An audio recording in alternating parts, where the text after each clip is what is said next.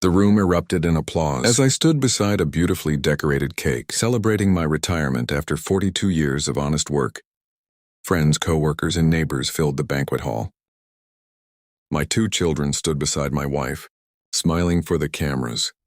I believed I was experiencing one of the happiest moments of my life. I had spent decades waking up before sunrise, missing holidays, working overtime, and sacrificing countless weekends so my family could have everything they needed. Every late night and every missed vacation felt worthwhile because I thought we had built something unbreakable together. The speeches began. My manager praised my dedication. Old colleagues shared funny stories from years gone by. Everyone raised a glass in my honor. Then my wife asked for the microphone. At first I smiled proudly. I expected a heartfelt tribute. Instead, she looked directly into my eyes with an expression I had never seen before. "I also have something special for my husband," she announced. She reached into her designer handbag and pulled out a thick envelope. When she handed it to me, I noticed the words "Petition for Dissolution of Marriage." Divorce papers. The room became silent. I stared at the documents, unable to process what was happening. Before I could say a word, my wife smiled coldly. "Happy retirement?" She said the silence lasted only a second, before something even more painful happened. My son laughed, then my daughter clapped. Several relatives awkwardly joined in, assuming it was some strange joke. But it wasn't. "I waited until today because now your paycheck is gone." My wife continued, "You have nothing left to offer me." Those words hit harder than anything I had experienced in my life. I looked toward my children, expecting at least one of them to defend me. Instead, my son shrugged. "Mom should have done this years ago." My daughter crossed her arms. "You've always cared more about work than us." Their words cut deeper than the divorce papers ever could. I quietly placed the envelope on the table, thanked everyone for attending, and walked out without another word. That night, I sat alone in my car outside a small lake where I often came to think. I replayed every memory in my head. The overtime shifts had paid for my son's college. The second mortgage had funded my daughter's dream wedding.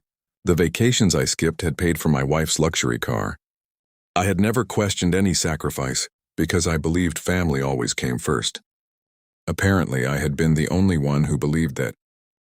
The next morning, I visited an attorney. He carefully reviewed the divorce papers before asking one important question. "Have you already signed anything?" "No," he smiled. "Good, because your wife made a very serious mistake." I frowned. "What mistake?" He asked me about my finances. Unlike many people, I had always handled money carefully. Years earlier, after watching several friends lose everything in messy divorces, I quietly followed professional financial advice. Some of my investments had been established before the marriage. Others had specific legal protections. My retirement benefits contained provisions my wife clearly didn't understand. Most importantly, several valuable assets weren't actually mine anymore. Years before, I had transferred them into an irrevocable family trust. After consulting legal experts for estate planning purposes, everything had been done legally. Everything had been documented. Everything had been transparent. The attorney leaned back. "Based on these documents, your wife may have expected far more than she's legally entitled to receive." For the first time since the party, I smiled, not because I wanted revenge, because I realized I wasn't powerless. Over the next few weeks, the situation changed dramatically. My wife expected me to panic. Instead, I remained calm. She expected me to beg instead. I let the legal process continue. She expected a quick settlement. Instead, every financial record was carefully reviewed. Then another surprise appeared. During discovery, investigators uncovered several financial transactions I had never seen before: luxury purchases, private vacations, large withdrawals. None of them had been discussed with me. When questioned, my wife struggled to explain where the money had gone. The investigation continued. Eventually, the truth emerged. For nearly 3 years, she had been secretly supporting another relationship, using our shared accounts. Expensive gifts, weekend trips, restaurant bills, hotel reservations. Everything had been documented. Even more shocking, several of our relatives had known about it, including my son when I learned this. I didn't feel angry anymore. I simply felt tired. My daughter, however, looked genuinely shocked. She admitted she had never known about the affair. She believed her mother had simply fallen out of love. Learning the truth devastated her.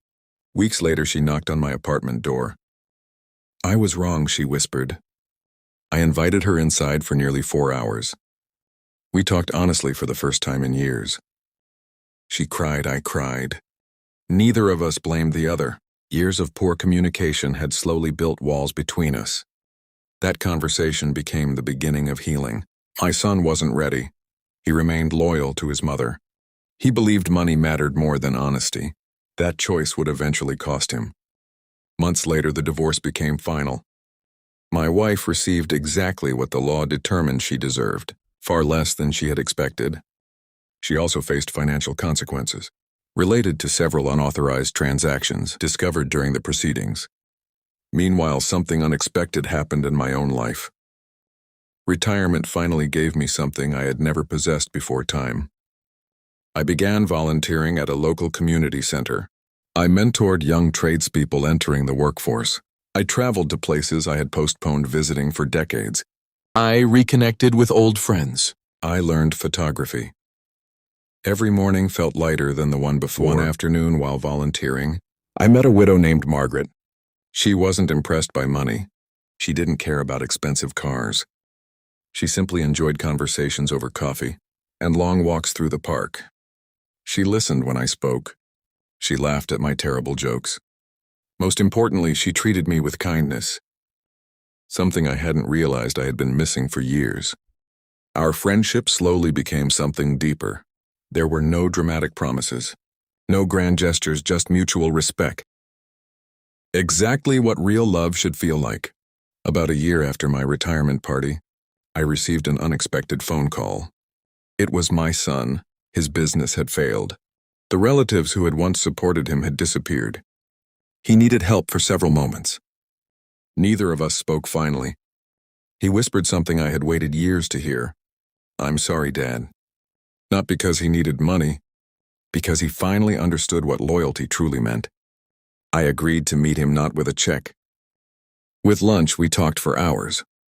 I explained that forgiveness doesn't erase painful memories.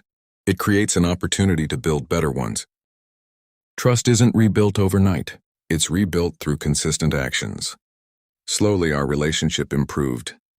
Today, my children often visit together. Family dinners have returned. They're different now, smaller, quieter, more honest. As for my ex-wife, I genuinely hope she found whatever she believed was missing. Holding on to bitterness would only steal more years from my life. Looking back, people often ask if that retirement party was the worst day of my life. I always give the same answer: no. It was the day the illusion ended.